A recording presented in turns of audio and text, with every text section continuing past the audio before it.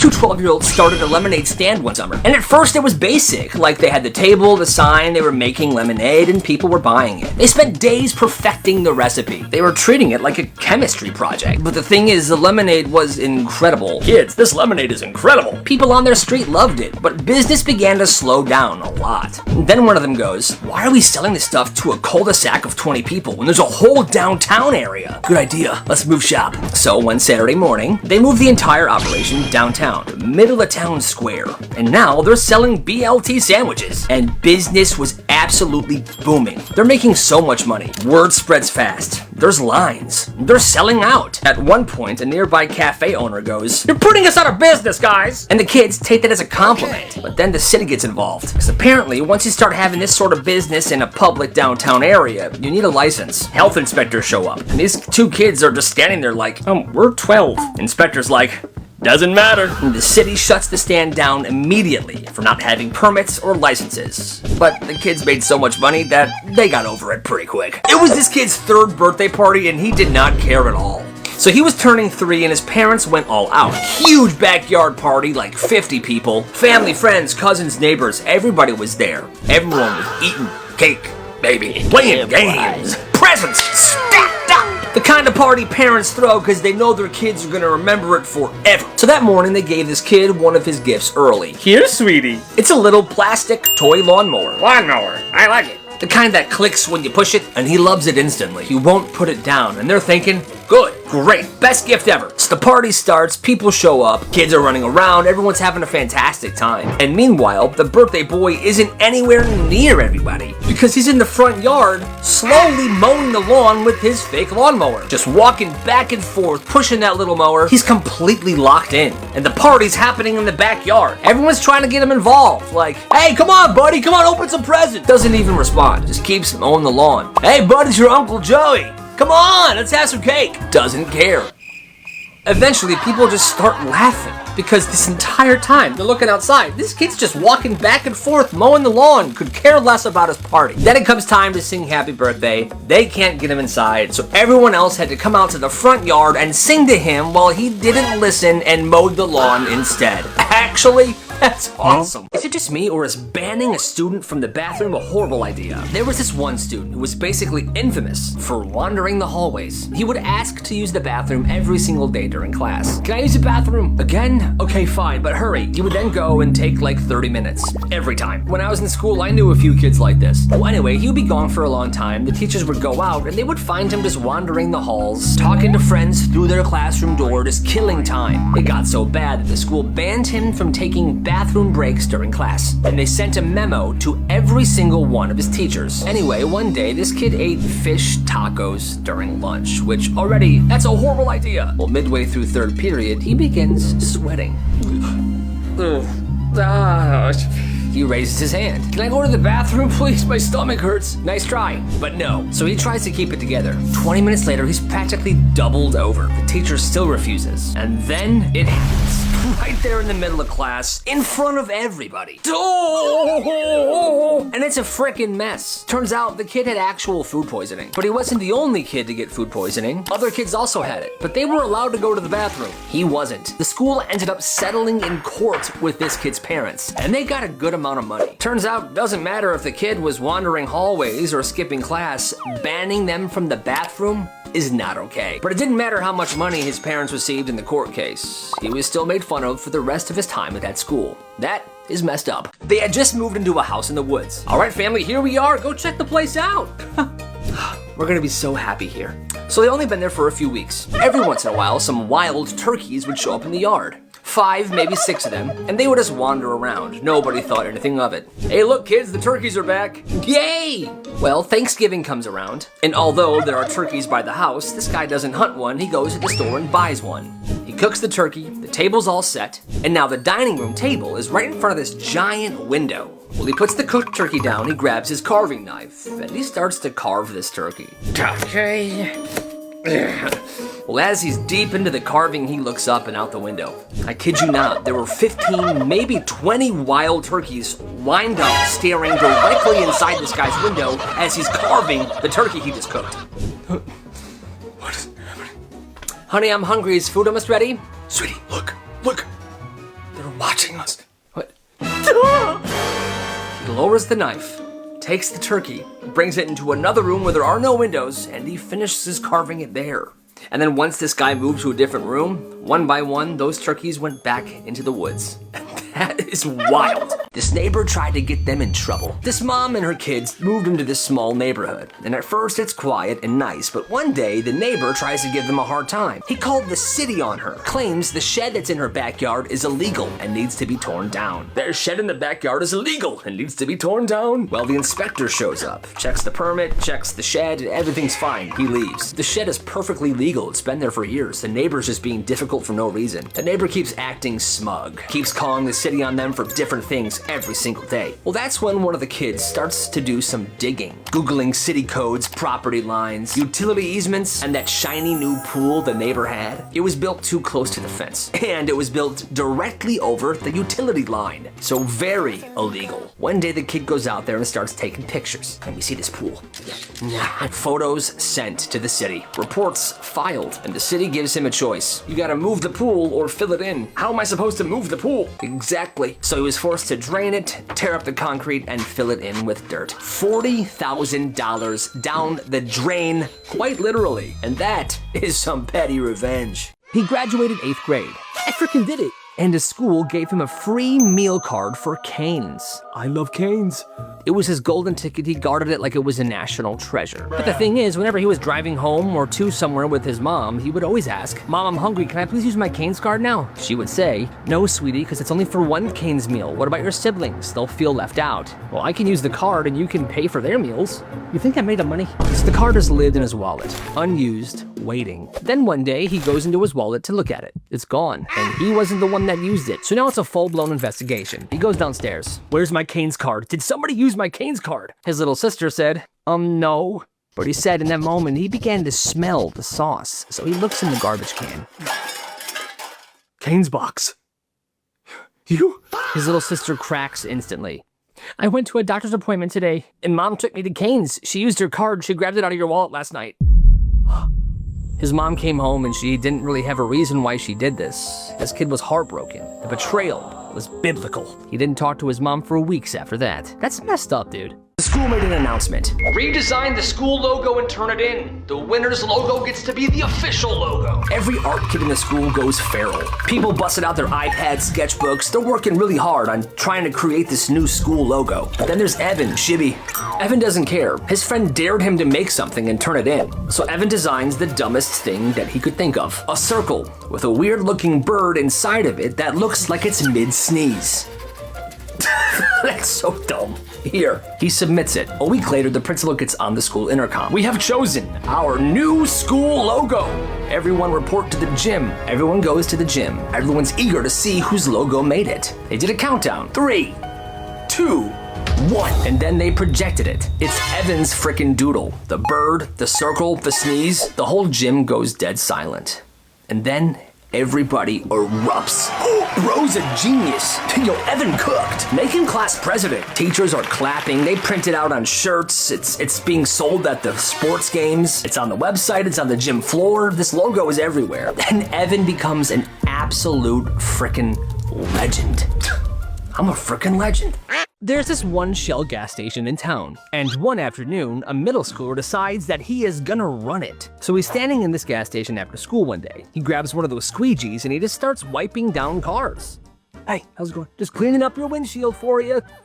"Thank you, young man."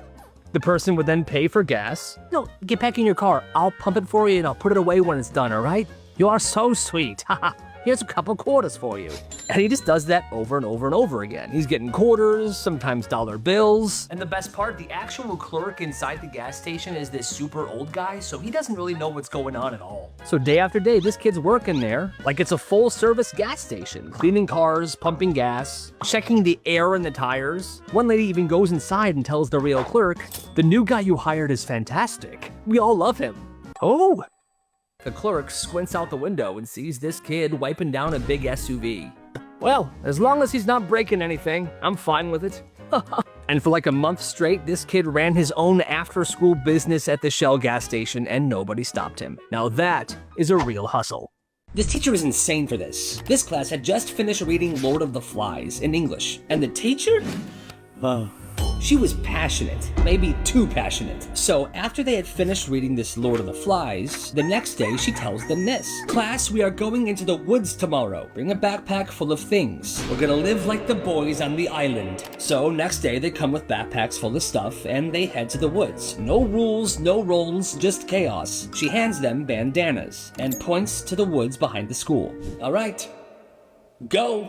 One teacher and 20 students, and these weren't just regular kids. Somebody brought a pillowcase full of flour and was whacking people with it. Another kid filled a spray bottle with perfume and was spraying in another kid's eyes, trying to blind them. Take that. Soon there was turf wars, alliances, groups getting ambushed. Kids were using mud as war paint. They were getting feral. And the teacher was just standing there at the edge of the woods watching this go down like it's some sort of social experiment. Yes. Yes. Yes. And it went way too far. Kids were getting bloody noses, one person was throwing up profusely, I don't know why, and the teacher didn't get in trouble for this, not even like a warning or anything. The principal didn't even know about any of this until a parent called a couple days later, but he still did nothing. And the crazy part is, the next year, this teacher did the same exact thing. Honestly, that sounds kind of fun. The fight started in the hallway, slamming into lockers, shouting, loud noises. When it was finally over, one teacher saw one kid whose shirt was ripped, and that was Ethan. Hey, I'm Ethan. Ethan didn't throw a punch. He wasn't even a part of the fight. He was just the one who was trying to pull his best friend Marcus off of the other kid. So when the principal called Ethan to the office, Ethan just took the hit. Did you do this? Yeah, I did. And what about your friend Marcus? I saw him near you. Was he involved too? No, he wasn't. It was all me. He's suspended for 3 days. When he comes back, a few people treated him a little differently, like he was some sort of bad kid. But a couple days later, his friend Marcus couldn't hold it in anymore. He felt guilty. So he went to the principal's office. He was crying. He told them the complete truth. The next day, Ethan's called in. You could have cleared your own name. Why didn't you? Nah, it just didn't feel right. Marcus has got enough stuff going on. I'm incredibly proud of you, Ethan. I am. By the end of that year, Ethan's grades aren't perfect. But the principal writes him a college recommendation letter. And it was so good that he got into his first choice college. That's amazing. This kid considered himself a genius. A genius, he knew everything about smartphones and how to fix them. So he decided he was gonna start a business. He told people that he was running a phone repair service, and he got his first 2 customers. And done. Here's yours, and here's yours. It was easy money, and word spread really fast.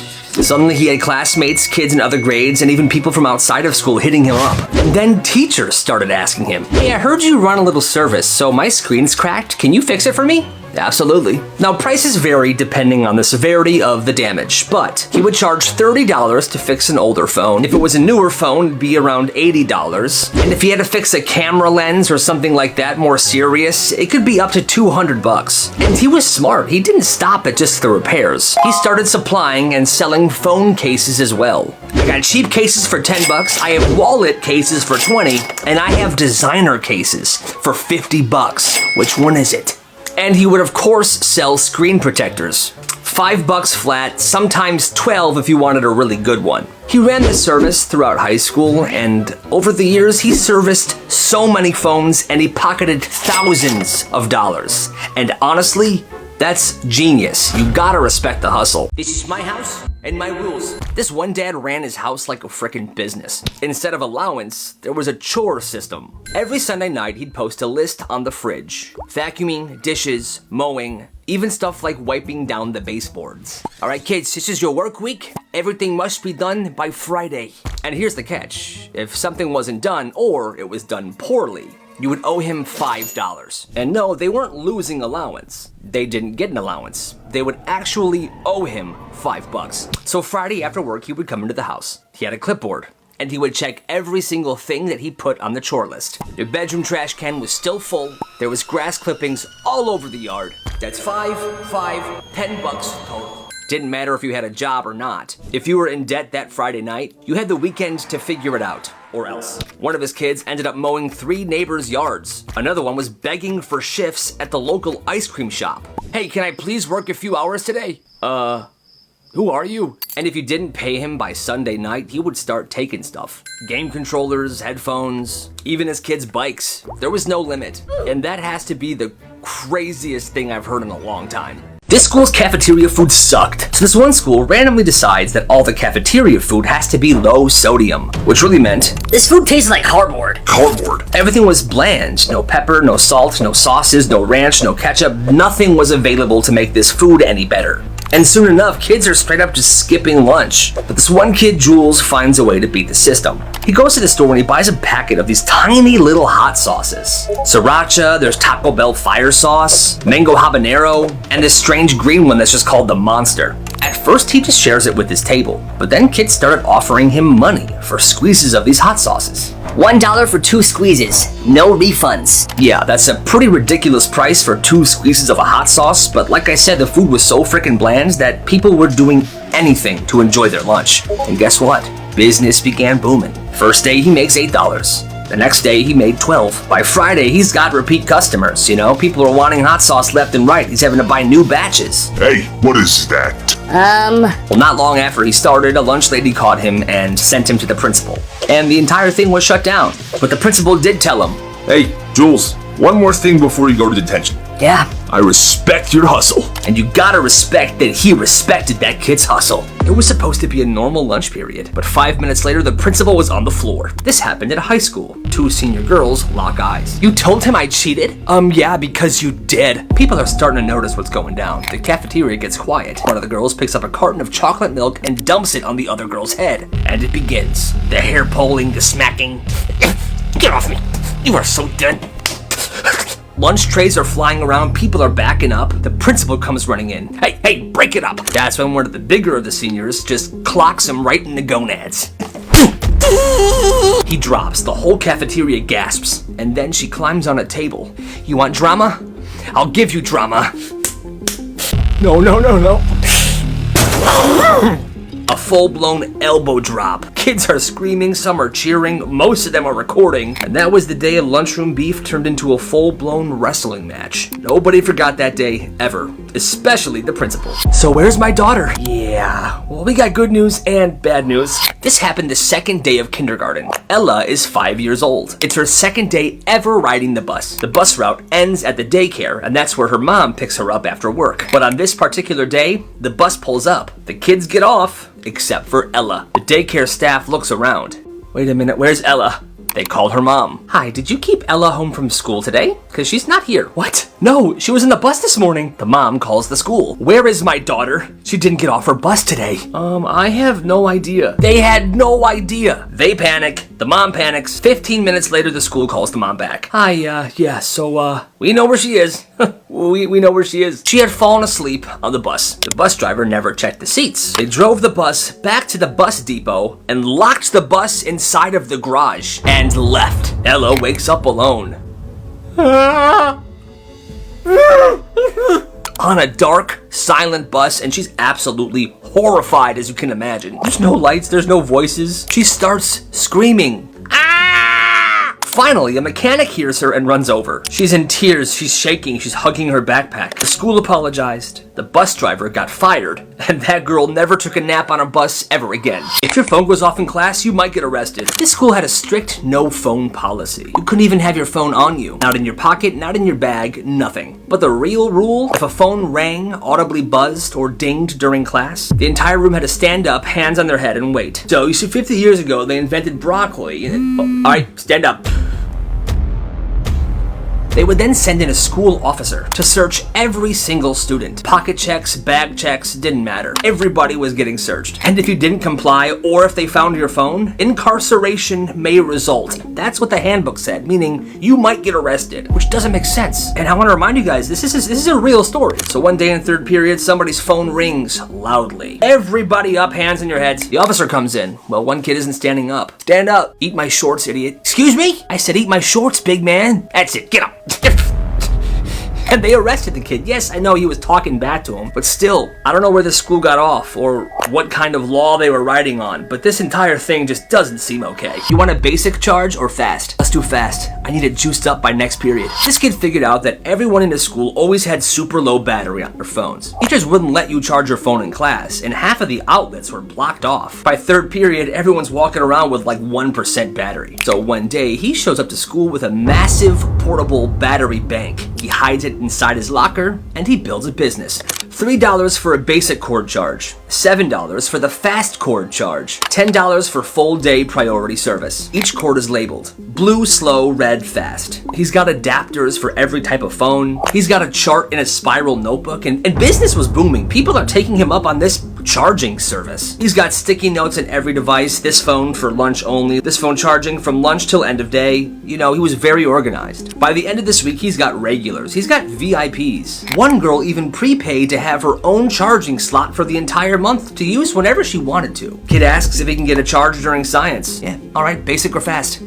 Fast. All right, that's $7. I'll be right back. But then one day, 3 kids show up to his locker in between classes, and they're all huddled around it. One teacher saw this and got very suspicious. She opens it up and finds 6 phones plugged into a glowing battery brick, fast charging cords tangled like spaghetti, and a handwritten menu taped to the door of the locker. Shut down, battery confiscated, parents called. That was it. He was definitely upset, but dang, what a business. In those 2 weeks he ran this, he made over $200. All because he had a good idea and a battery brick.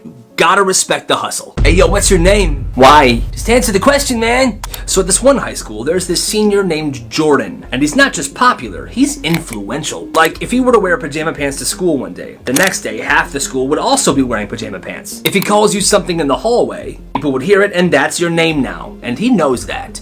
Hey, your name? Emily? Cool, that'll be $5. What? You can pay me $5 or I pick something else. You'll pick a different name for me, like what? You don't want to find out. At first, people think he's joking, until one poor kid refuses to pay, and is known as Meat Wallet for the rest of the semester. Even the sub called him that one day. After that, everyone started paying. Yo, did you get a name yet? Yeah, I paid him yesterday. I'm Connor now. But your name is Connor. Exactly. Thank God I paid him. By homecoming, he made over $200. One kid's name is still Pockets, and no one knows why.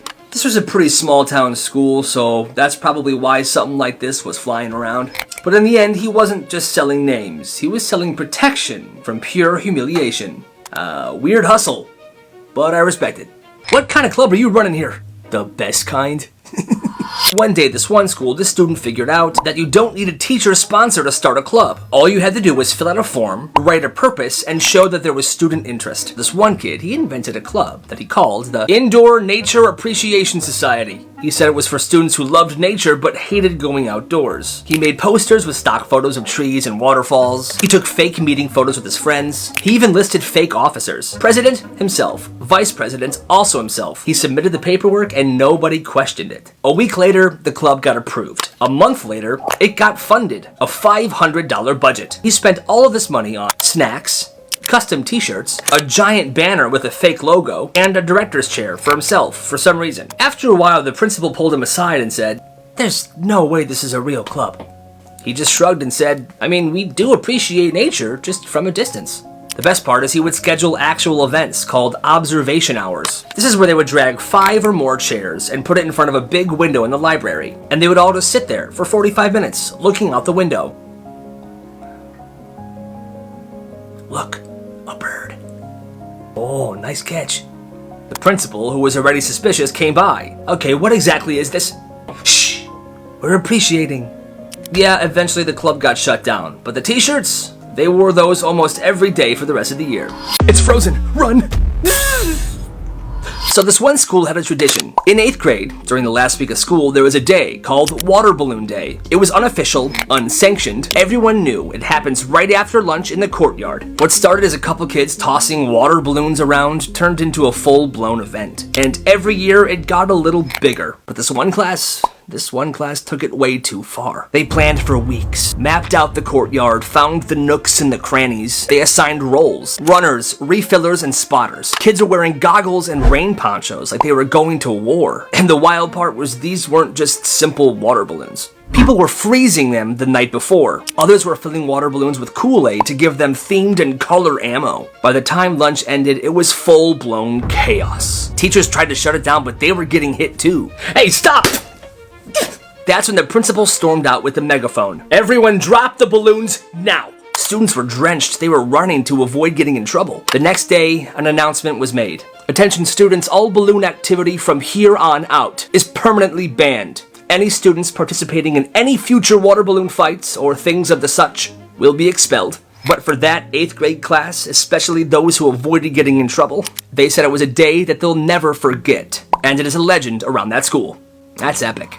A secret he'll take to the grave. When this guy was a kid, his school had this huge field day event that they did every single year. Basically, on this day, students were free to roam around the school, there were games, prizes, it was incredible. Everyone looked forward to it. But one year, everything changed. On field day, he was grabbing some lunch in the cafeteria. He was messing around with a friend when they saw a little basket of butter packets. He picked it up, put it on the floor, and stepped on it.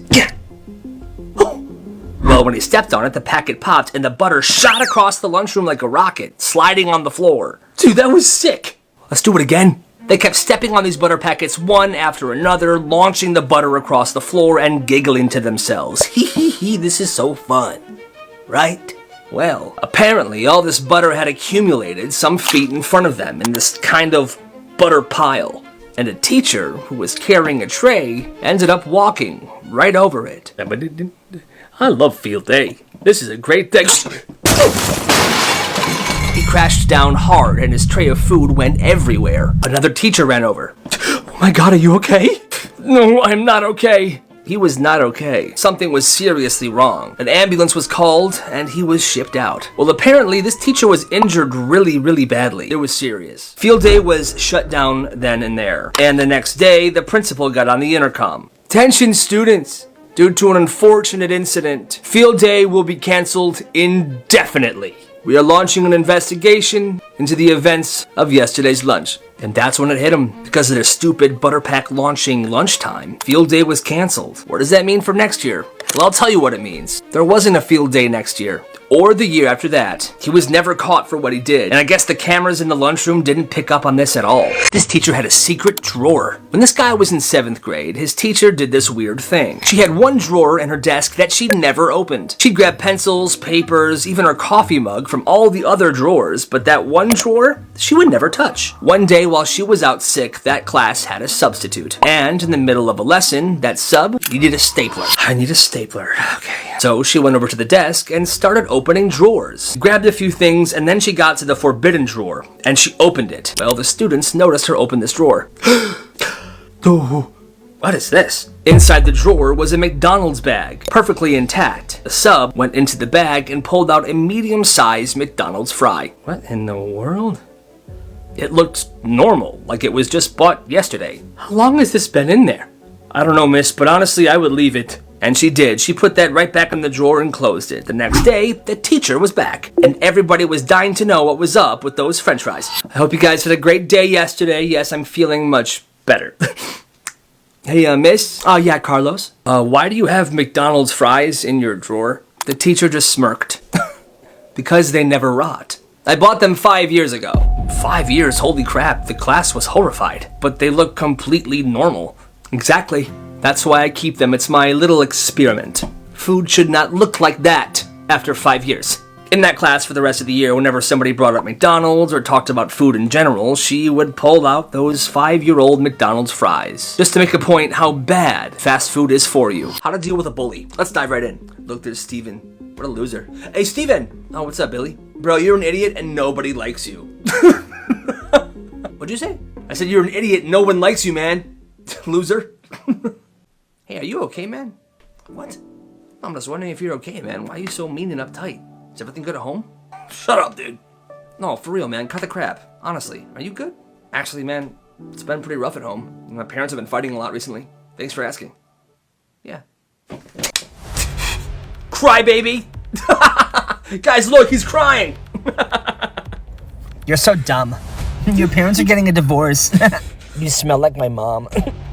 পড়ো ঘুমাও তাহলে good night R by সহজে কোনো কিছু পাওয়ার মজা নাই কিন্তু আমগো দোস্ত জিসান কি কম ও ভাবি লাগে বেটা লজ্জা লাগে না কি ওর কথা বাদ দে পারো তুই যা জামুই তো তুই চুপ থাক আমি তো আপনাকে চিনি না চিনো না যে আজকে চিনলা আরো চিনবা আস্তে আস্তে চিনবা আর শুনো আরে বেন সাহেব নতুন নতুন সম্বন্ধ তো তাই চিনতে পারেন নাই ওই যে আপনার বান্ধবী তুলি আছে না আমার তাহলে বিশাল বিপদ আমি তাহলে কোচিং এ কেমনে যাব পড়াশোনা কিভাবে করব আমার তো ভয় লাগতেছে কি খবর আসসালামু আলাইকুম ওয়ালাইকুম আসসালাম কি খবর 3 2 1 আর আজকে রাত 10টা হ্যাঁ রক্ত জ্ঞান ইতিহাস লিখবো ভালোবাসার ইতিহাস ভালো আছি আপনি ভালো আছেন আমি তো ভালো আছি তো তোমার বোন কোথায় আচ্ছা একটা মিনিট আমি কল দিচ্ছি এক রাতেই ভালো হয়ে গেল এটাও আমার বিশ্বাস করতে হবে দোস্ত আমার না ভয় লাগতেছে এই কি করবি সেই না চেহারা না হলো কি চেহারা কথা তো বেশি চেহারা ওজন বেশি আপনি না শুই না না দেখা সব জায়গা ফেলছেন বাবা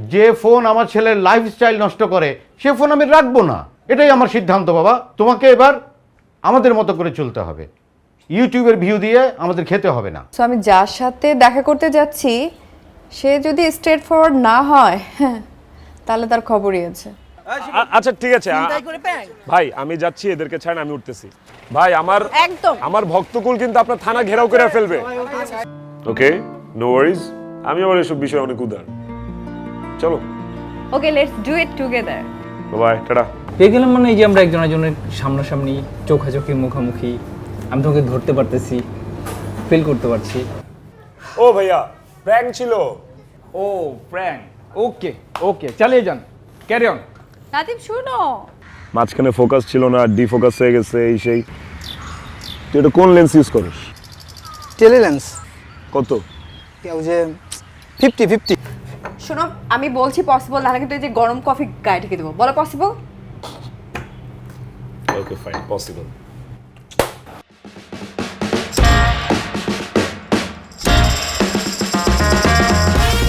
এই মেয়ে লোকটাকে তুই বিয়ে করতে পারবি টিন্ডার থেকে তুমি এর আগে আর কারোর সাথে কফি ডেট করেছো আমি ছাড়া হোয়াট আমাকে কি দেখে মনে হয় চিপ আমি exclusive version okay I am not available কি ছিল প্র্যাঙ্ক ছিল বিশেষ হচ্ছে না এই যে Prank আই সুইট ওই যে দেখেন মনোপড নিয়ে দাঁড়ায় আছে এই যে আরেকজন ইফতে রাইট এই শিখেছি ধরে 50 কি টেলিলেন্স নাকি হ্যাঁ 85 ইউজ করবি দরকার পড়লে তোর আমি 70 200 কিনা দিব তুই টেনশন করিস না হ্যাঁ কোনো চোর না চুরি না ডাকাতি না এটা প্র্যাঙ্ক ছিল টোটালি প্র্যাঙ্ক শিখাইছে উস্তাদ কেমন হলো প্র্যাঙ্ক